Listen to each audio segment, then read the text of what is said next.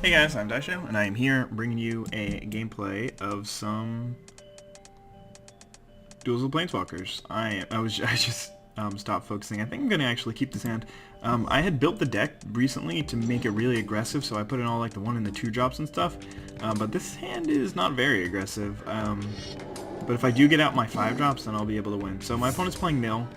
That's okay. Jace's Phantasm turn 1 is not exactly what I want to see, but it's definitely not the worst thing in the world. Alright, there's an Attended Knight. That should definitely help out, because then I can have a good 3-drop, 4-drop turn.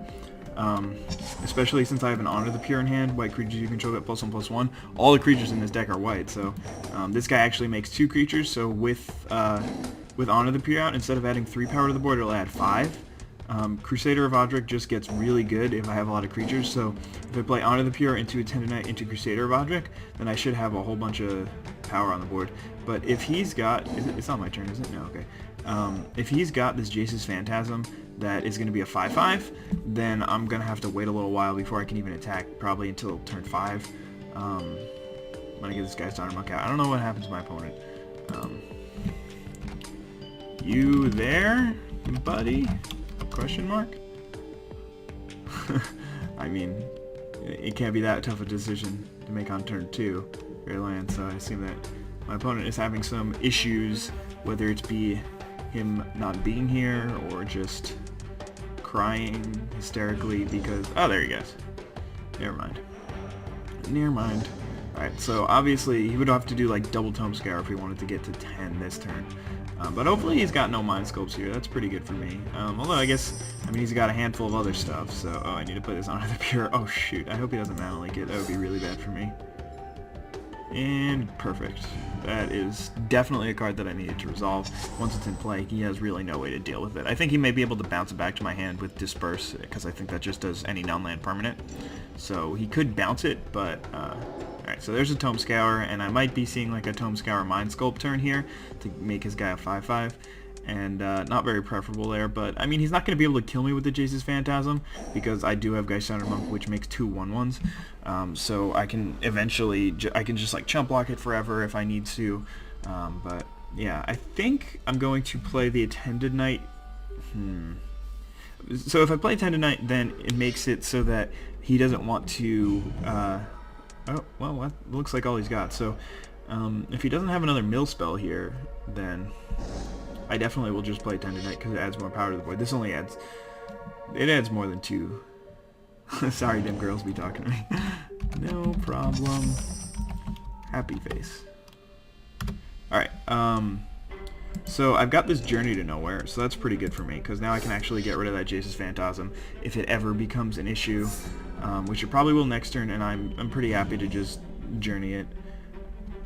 I need to draw some more lands. I started with 3 on the draw, so I expected to be able to hit my Geist Honored Monks on time, which is really why I kept this hand. But, I mean, drawing these Crusader of Odrics and Journey to Nowhere, or drawing Attended Knight and Journey to Nowhere and Crusader of Odric, I mean, that's not terrible either. So, I mean, I wouldn't have those if I had lands. So it's always a trade-off. But I do have 5 spells in hand, and that, I mean, like, whenever you're playing a game and you have 5 spells in hand, you'd rather have 5 spells and 3 lands than like 8 lands and 1 spell. I don't know if that made any sense or if I just said it too quickly, but apparently my opponent is more interested in some girls instead of playing Magic Duels of the Planeswalkers with me.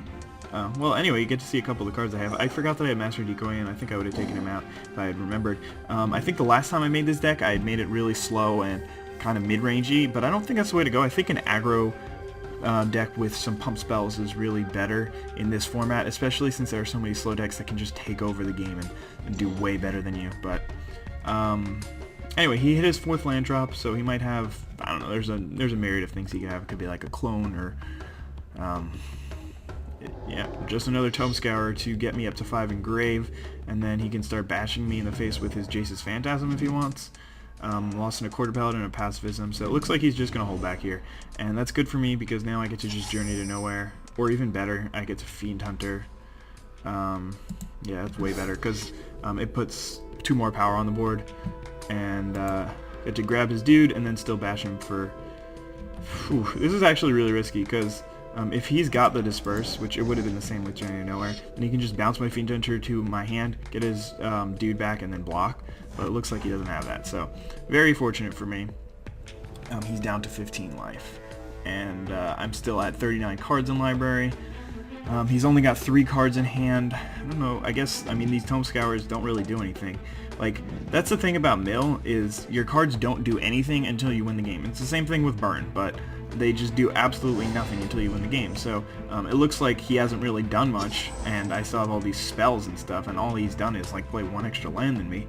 But it turns out that he like played these 2 cards that just didn't do anything. Okay, so he's probably gonna turn this into a Fiend Hunter and get Fiend Hunter away my Fiend Hunter. So then I could just this is actually really funny because you might expect the play to just be Journey to Nowhere, get rid of his Jesus Phantasm, but what I should really do, Journey to Nowhere, his Fiend Hunter, get my Fiend Hunter back, Fiend Hunter, his Fiend Hunter. I know, it's a little confusing and convoluted, but that is definitely the play. Yeah, I want this. I'll take this, please. And then that'll give me back my Fiend Hunter, and then I can Fiend Hunter his Jace's Phantasm again. And the end result of that is that I had to play Journey to Nowhere this turn, and I didn't get to attack with my Fiend Hunter. But it really wasn't too big of a deal. And this game is looking okay, because even though I was stuck on lands, I've been drawing spells that I can cast. That's like really important because I did take out a bunch of the top ends. So if I didn't have any lands and I still had the old deck, then I probably wouldn't be able to be doing anything right now. But the fact of the matter is I have all these cheap spells and I can just keep casting them every turn even though I'm only on 3 lands. And I still have a ton of gas in my hand, but I mean, there is some sort of clock. I'm at 38 cards in library, which is still a ton, but I mean, you never know what he can do. I'm not sure exactly what that deck has, but I'm also out of removal in hand, so if he drops another Jace's Phantasm or another thing that I can't really deal with, then I'm going to have to slow down a little bit, play some Crusader of Hodrix, get those guys in there. Quarter Paladin, I don't know. If I draw like a 1-drop here, then I'm probably just going to do 1-drop a Quarter Paladin. I think I have Elite Vanguards in this deck. I definitely have 3 of them. So there's 1 here already, but there's still a couple more. I don't know, I'm in pretty good shape here. Dreamborn Muse is one of those things. What does it do? It like mills me for however many cards I have in my hand. So it'll mill me for 5 here. There we go. I drew exactly what I wanted to draw. But I can still attack here with everything, and he's gonna probably be forced to trade. Otherwise he's gonna take a lot of damage, and then I'm for sure gonna kill him next turn. So he's got a lot of work to do in terms of coming back here. One way to do so would be able to get rid of my Fiend Hunter at instant speed. So he's just going to chump block there. That was definitely not the right play. If he wanted to block, he should have blocked the Soldier, because it saves him 1 damage this turn, but blocking the Soldier would save him 2 damage next turn. So probably not the right play unless he's got some, maybe, is that deck play Sleep maybe? I don't know. I still don't think that could have been the right play. If that deck does play Sleep though, then he definitely shouldn't have done anything. But I still don't see how he would have been able to win. But anyway, I'm just going to put myself in the best position to win, because by playing these 2 spells, it makes it so that he has to have an answer to a lot of my creatures, because any 2 getting through will be lethal next turn because of Battle Cry from a Quarter Paladin. And this guy's just a 2-1, but when you have Honor the Pure, it really does work. So I remember, I haven't played this deck in a while, but okay, so I think that was a Visions of Beyond for 1. Mind Sculpt me. It's too bad he didn't have that in the other order, but he's still gonna die next turn to my extremely awesome army of extremely awesome dudes. So I don't really think that there's anything you can do for 1 mana, but I may as well just send in with everyone and just beat him down. But I remember before, when I was playing this deck, that games where you draw Honor the Pure or Glorious Anthem are way different than games you don't. And if you're able to get these things out for whatever reason, it just makes the deck run a lot more smoothly.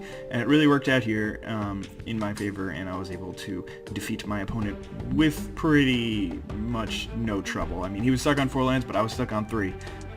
The way I built my deck, even if I get stuck on 3, it's no big deal, because I can just cast all my spells still. There's only a couple of spells that are worth more than 3, and I didn't draw land the entire game, and I was still okay and able to win. So I don't know what's going on here, but I hope you guys enjoyed this video, and you should all have a wonderful day. Bye!